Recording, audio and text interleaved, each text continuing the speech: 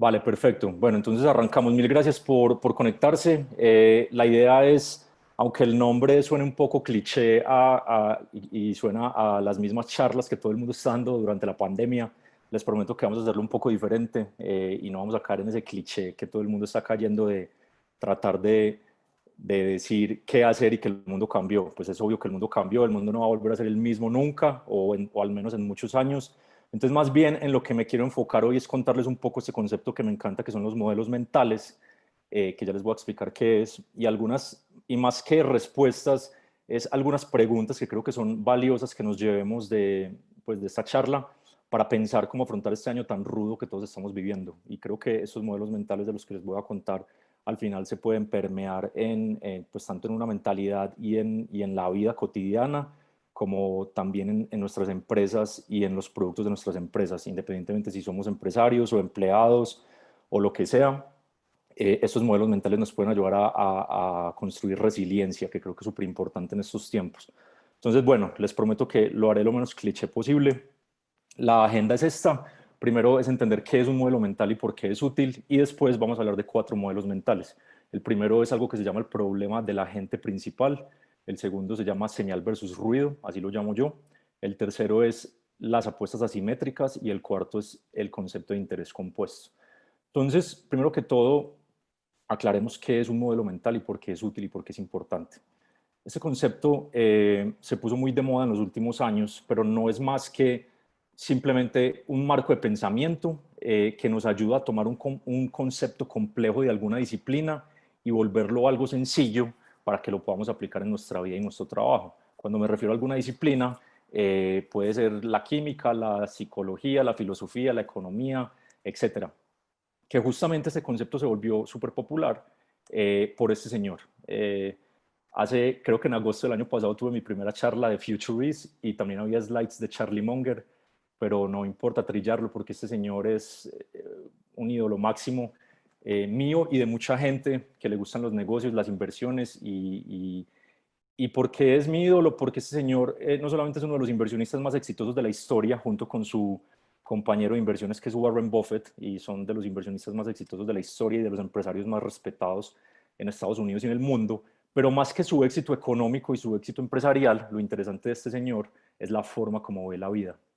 Él dice que todos deberíamos entender que independientemente si somos abogados, si somos economistas, si somos deportistas, lo que sea, deberíamos abordar la vida desde diferentes disciplinas. Deberíamos conocer los conceptos básicos de la psicología, de la historia, de las matemáticas, de la física, de la química, de la biología. Y si nosotros entendemos esos conceptos básicos, vamos a tener un mejor entendimiento del ser humano y de la naturaleza y del mundo y del universo, que al final cualquier cosa que hagamos proviene del entendimiento de esas cosas. Entonces, de ahí ese concepto y pues al ser Charlie Munger un empresario tan popular y tan famoso, pues el concepto de modelos mentales se popularizó. Este libro es como mi Biblia, es un libro que tiene como 500 páginas y solo lo venden físico, se los recomiendo muchísimo, se llama Poor Charlie's Almanac, acá él habla de todo. Esto es una recopilación de sus charlas y de su pensamiento. Si tienen ahí un dinero de sobra y quieren invertir en un buen libro físico, se los recomiendo.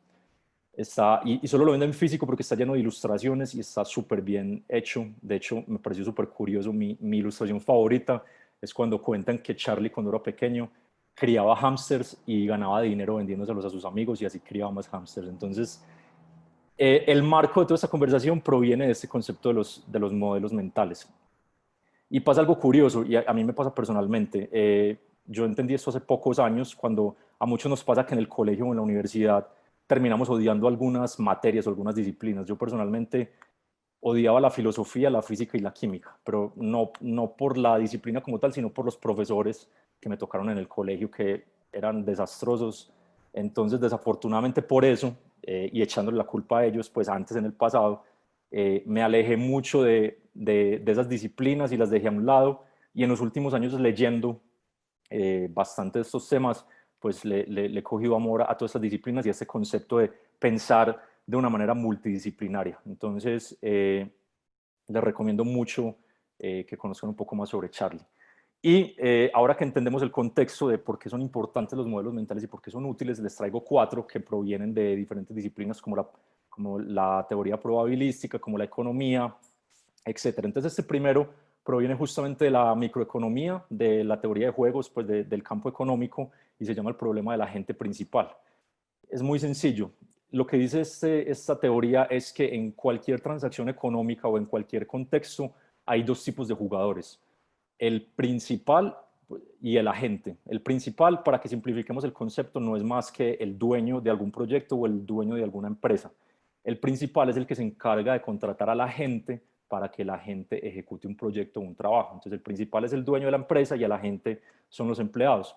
¿Qué es lo que pasa?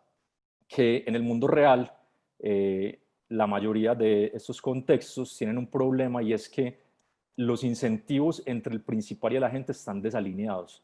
Es normal que obviamente al principal le importe mucho más los resultados que a la gente, porque el principal es el que va a ganar más, el principal es el que tiene las acciones de la empresa, el que se va a enriquecer si a la empresa le va bien, el que se va a enriquecer si al proyecto le va bien. Entonces, en estas situaciones hay información incompleta o información asimétrica o incentivos desalineados entre los dos agentes económicos, que es el principal y el agente. Entonces, para aterrizar esto al contexto real que nos compete, que son nuestras empresas y nuestra vida, mi recomendación acá es que se pueden alinear los incentivos.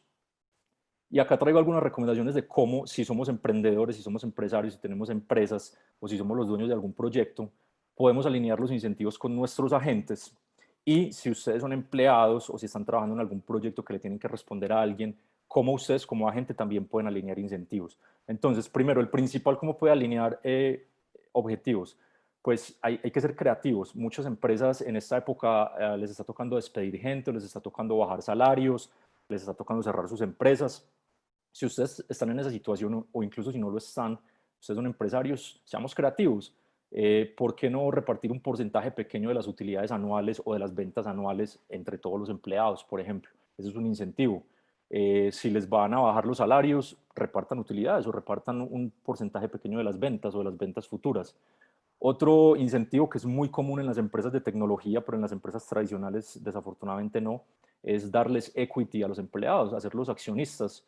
Eh, Esta es la manera más eficiente de alinear incentivos. Si tú tienes una empresa y la necesitas crecer y necesitas contratar gente de clase mundial, pues lo menos que deberíamos esperar es que la gente haga las cosas sin ningún incentivo. Si les damos participación accionaria en la empresa, vamos a alinear los incentivos entre nosotros y entre los empleados de la empresa. Otro es días de trabajo. Leí en Twitter en estos días, no sé si es verdad, pero que en una crisis en los 70s o en los 80s, Hewlett Packard, en lugar de rebajar salarios y de echar gente, lo que hizo fue decirles: hey, trabajen 4 días, o sea, solo les puedo pagar 4 días a la semana, y en el quinto día vaya, busquen otro trabajo medio tiempo, de freelance, o descansen o hagan sus proyectos personales. Les voy a bajar el salario, pero también les voy a bajar la carga laboral. ¿Qué pasaría si nosotros nos volvemos creativos y le decimos a nuestros empleados: hey, les tengo que bajar el salario, pero también les voy a bajar la carga laboral, les voy a dar el viernes para que busquen otro trabajo o para que descansen o para que creen proyectos personales? Incluso yendo más allá, imagínense ustedes decirle a los empleados: si ustedes en su tiempo libre traen alguna idea nueva para la empresa que podamos monetizar, que podamos volver un nuevo producto, les voy a dar un porcentaje de las ventas. Entonces, este tipo de ideas que pueden sonar muy locas son necesarias en estos tiempos en que nos tenemos que reinventar. La palabra reinventar es también muy cliché en esta época, pero es la verdad. Entonces, pensemos eso, seamos creativos en la forma como alineamos expectativas con nuestros empleados. Eh, y por el otro lado, si somos agentes, si somos empleados, pues la forma más fácil a futuro de crear un mejor futuro y de escalar es literal pensar como los dueños, así no seamos los dueños. Si nosotros pensamos como principales y en cada situación pensamos qué haría el dueño y nos comportamos de esa manera, el dueño lo va a ver y te va a ascender o te va a mejorar tu salario o te va a compartir acciones. Y si no, pues estás trabajando en una empresa donde tu jefe no te valora, porque alguna de esas cosas tiene que pasar. Entonces, esa también es una muy buena táctica para entender si de verdad quieres alinear los incentivos en la empresa en la que estás, o si no, buscar una donde se pueda lograr. Otro es alinear gustos personales con proyectos profesionales. Por ejemplo, en mi caso, para empezar a aterrizar esto también a Cinabox, que es la empresa de tecnología donde estoy en este momento, a mí me encanta escribir. Tengo un blog, escribo mucho, Y algo que estamos empezando a hacer este año es mucho marketing de contenidos. Vamos a lanzar nuestro blog, estamos escribiendo mucho, haciendo mucho marketing. Lo que yo le dije a la empresa es, hey, a mí me encanta escribir, yo tengo un blog, me encanta escribir posts para el blog, déjenme, yo me encargo del blog de Cinebox. Y lo que estoy haciendo no solamente es alineando los incentivos con mi empresa, sino que también en tiempo de la empresa yo me estoy aprovechando de eso, entre comillas, para seguir ejercitando mi escritura y también le estoy haciendo un beneficio a la empresa. Entonces, es un gana-gana. Yo estoy entrenando mis habilidades de escritura y le estoy dando de mi tiempo a Cinebox para crear blog posts. Entonces, piensa en tu empresa dónde puedes alinear gustos personales con proyectos profesionales, donde empiezas a pensar como el principal. Otro que suena muy básico, pero que es muy difícil de aplicar en la realidad es volvámonos tan buenos que nos volvamos indispensables. Steve Martin, el humorista, decía, be so good they can't ignore you. Vuélvete tan bueno que no te puedan ignorar.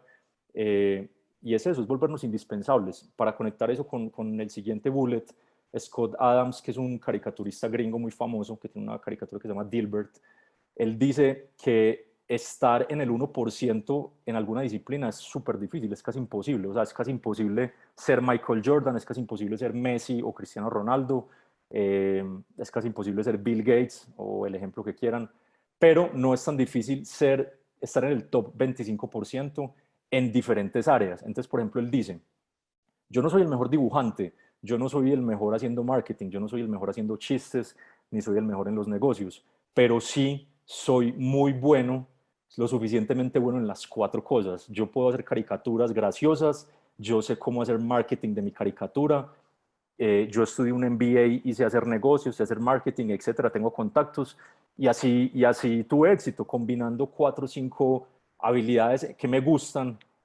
y de esa manera me volví una persona resiliente, donde soy independiente y con mi caricatura vivo y me fue bien. Entonces, también los invito a pensar esas 4 o 5 cosas en las que ustedes son buenos y empiecen a ver cómo combinarlas. Como Lilo les contó al principio, hace un par de años, después de trabajar en empresas de tecnología, me dio un poco de envidia en el buen sentido de la palabra de mis colegas programadores, porque ellos tienen la capacidad de programar y de desarrollar todo lo que tienen en su cabeza con software. Entonces aprendí a programar, pues soy muy novato, pero el punto es ese, o sea, si yo combino mis habilidades de ventas, mis habilidades de finanzas, el hecho de que me gusta hablar en público, el hecho de que me gusta escribir, y aparte de eso le sumo programación, yo me estoy volviendo un poco más indispensable para mi empresa porque les puedo aportar algunas habilidades que probablemente otra gente que tenga un perfil parecido al mío no tiene. Entonces, piensen en 4 o 5 actividades donde ustedes se pueden hacer en el top 25% y eso les va a ayudar muchísimo. Un segundo modelo mental es lo que yo llamo señal versus ruido. Acá lo que me refiero es que hay muchas cosas a nuestro alrededor que creemos que son importantes, pero en realidad solamente están generando ruido. Y hay otras cosas que son importantes y que muchas veces las abandonamos. Entonces, acá la invitación es a pensar qué es ruido en nuestra vida y qué es señal en nuestra vida y en nuestro trabajo. Entonces, les pongo ejemplos. Ruido son muchas modas. Por ejemplo, si vamos a gastar nuestro tiempo leyendo, muchas veces leemos libros que no son de los mejores del mundo, pero los leemos simplemente porque son los libros de moda y puede que estemos perdiendo la oportunidad de leer otros libros que nos aporten más. A mí algo especialmente que me ha impactado positivamente en la pandemia es el tema de los eventos. Para serles sincero, así esté en el área de ventas y sea el encargado del crecimiento y de las ventas de mi empresa, la verdad es que odio ir a la mayoría de los eventos porque la mayoría es una pérdida de tiempo y desafortunadamente hay que estar ahí para vender, para hacer presencia con clientes, para hacer contactos. Y ojo, no todos son malos, pues sí, hay unos súper valiosos, pero la mayoría no. Entonces el hecho de que ahora la gente se está acostumbrando a hacer eventos online, que uno no se tenga que desplazar, que la gente esté más abierta a hacer estas llamadas virtuales y no presenciales, etcétera, ha sido una bendición y creo que no lo vemos, pero hay muchas cosas de nuestras empresas, de nuestra vida que son ruido. Para mí la mayoría de los eventos era ruido y era una pérdida de tiempo. Otros son las opiniones. Muchas veces es muy difícil pensar por nosotros mismos y eso lo reemplazamos con las noticias, con Twitter, con Instagram, con las opiniones de las demás personas y perdemos muchísimo tiempo en eso y no formamos una opinión personal. Eso por un lado. Por el contrario, lo que yo considero señal es ir a las bases, que ahorita les voy a contar a qué me refiero con eso, y hacer preguntas directas. Entonces, ¿a qué me refiero en este caso concreto a señal? Este correo me lo mandaron esta semana y bueno, lo primero es lo que les decía al principio. ¿Qué es ruido? Es en lugar de ver el 15º webinar en esta pandemia donde las marcas están hablando de los nuevos hábitos de consumo de las personas durante la pandemia. Ya lo sabemos, ya sabemos que la gente no está saliendo de la casa, que la gente está ahorrando, que la gente va a gastar menos en consumo no esencial. Eso ya lo sabemos, eso es ruido. No nos dé miedo, no nos dé pena dejar de leer esas cosas, dejar ir a eventos inútiles, no nos dé miedo cortar esas cosas que nos quitan tiempo de nuestra vida que muchas veces se nos olvida. Y un ejemplo para las personas que tengan empresa, pues, o que trabajen en el área de ventas, o bueno, esto le puede servir a cualquier persona, es cómo reemplazar eso. Entonces, por ejemplo, en mi caso, en lugar de mandar esos correos clichés, que de hecho este me llegó esta semana, que es: hola Juan, espero que tú y tu familia se encuentren muy bien, sé que actualmente se está viviendo una situación muy delicada, literal, me han llegado 100 correos así, y yo tengo que confesar que por allá en febrero, marzo, cuando eso empezó, yo también lo hacía, pero rápidamente me di cuenta que era un cliché que todo el mundo está haciendo y que no generaba valor. Y, por ejemplo, yo que estoy en el área de ventas, en lugar de hacer esto, lo que estoy haciendo es hablando directamente con los clientes, es preguntándoles cómo les puedo ayudar, cómo se sienten, cómo ha cambiado su modelo de negocio, cómo los ha impactado este tema, cómo mi producto actual ya dejó de ser importante para ellos o se volvió más importante para ellos, y cómo ellos creerían que si yo cambio o pivoteo o simplifico o modifico mi producto, podría ser de mayor valor para ellos. Eso puede sonar muy obvio, pero lo que tendemos a hacer es volver una plantilla o volver un discurso súper general de: ay, espero que estés muy bien en la pandemia, que estés saludable, quiero retomar el contacto contigo. Porque simplemente no le decimos: hey, quiero ser muy sincero contigo, mi empresa, queremos entender como clientes como tú que no nos estás comprando, por qué no nos estás comprando, por qué cortaste este presupuesto, cómo te podemos ser útiles, si cambiamos este producto y modificamos esto, si lo simplificamos o si cambiamos el precio, ¿estarías dispuesto a comprarnos? Entonces, a eso me refiero con buscar las señales, quitar el ruido de alrededor e ir directamente al grano para entender cómo sacar valor de cualquier situación. Y acá les traigo otro ejemplo, que es el tema que les contaba de los libros. Muchas veces lo que pasa es que, bueno, acá lo primero es: si leemos lo mismo que todo el mundo está leyendo, vamos a terminar haciendo lo mismo que hace todo el mundo. Entonces, volviendo al ejemplo, si leemos cuáles son las 10 estrategias de ventas para la pandemia, te van a decir: mándale un correo a tus clientes que diga espero que te encuentres bien. Todo el mundo está haciendo lo mismo, ¿por qué no hacemos algo diferente e invertimos el proceso? Entonces, a lo que yo los invito, que es algo que yo he empezado a hacer en los últimos meses y años, es remitirme a las fuentes. Hay libros y hay cosas que son muy interesantes. Les pongo un ejemplo: Sapiens, que creo que en español ese libro se tradujo en De animales a dioses, algo así. Es un libro increíble sobre la evolución humana, sobre historia, sobre la evolución de las civilizaciones y de las religiones. Pero tenemos que aceptar que así sea un libro increíble, muchas veces lo hicimos por moda, lo leímos por moda. Si queremos aprender sobre evolución humana, ¿por qué no leer a Darwin? ¿Por qué no leer El origen de las especies? O si queremos entender sobre genética, sobre cómo funciona el ADN, sobre la evolución de la especie, ¿por qué no leemos a Watson y Crick?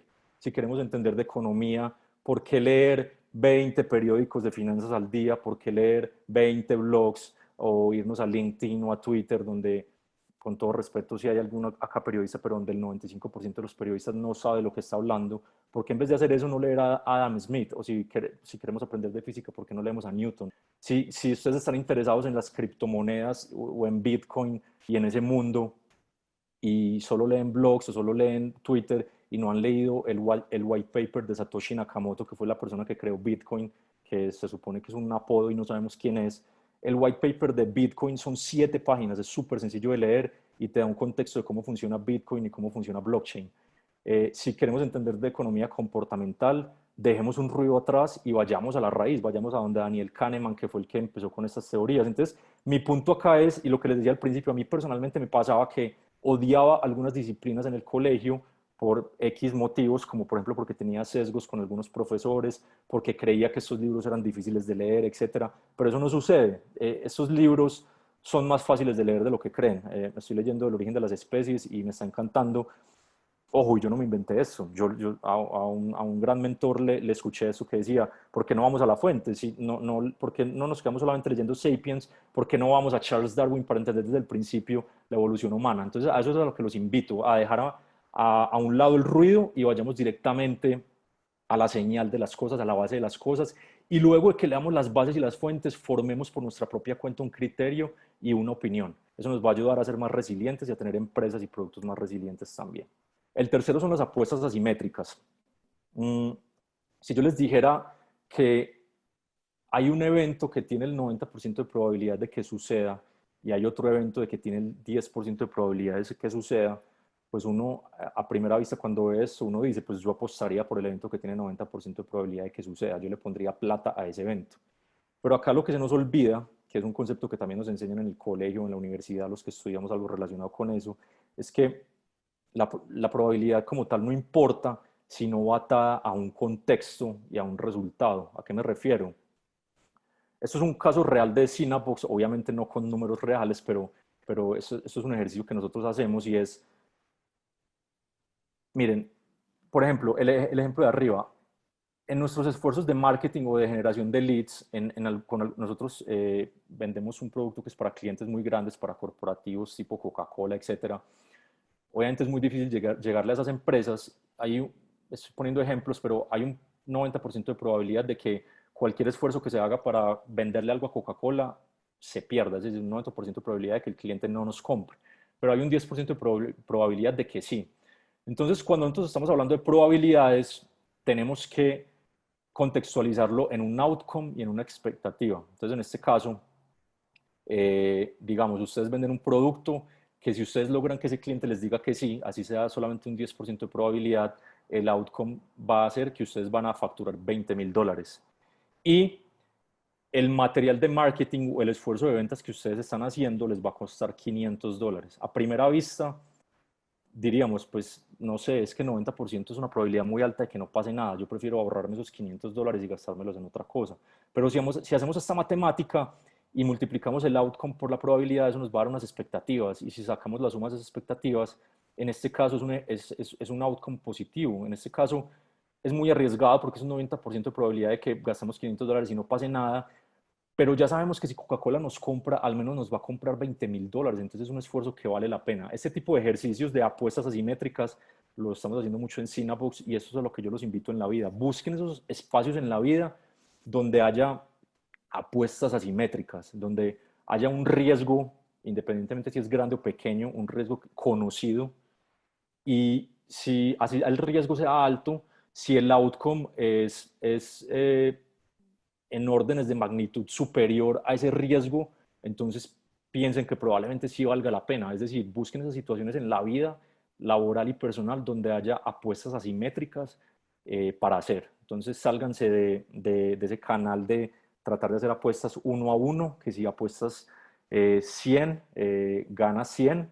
Eso es una apuesta uno a uno que tal vez no sea tan interesante, pero busca esas pocas oportunidades donde tal vez si apuestas 100 puedas ganar 1,000 o puedas ganar 5,000 o puedas ganar 500. Ahí se vuelve un poco más atractivo la relación riesgo-beneficio. Entonces, ese es un modelo mental que es súper útil, es pensar en dónde en la vida y en el trabajo se pueden hacer situaciones asimétricas.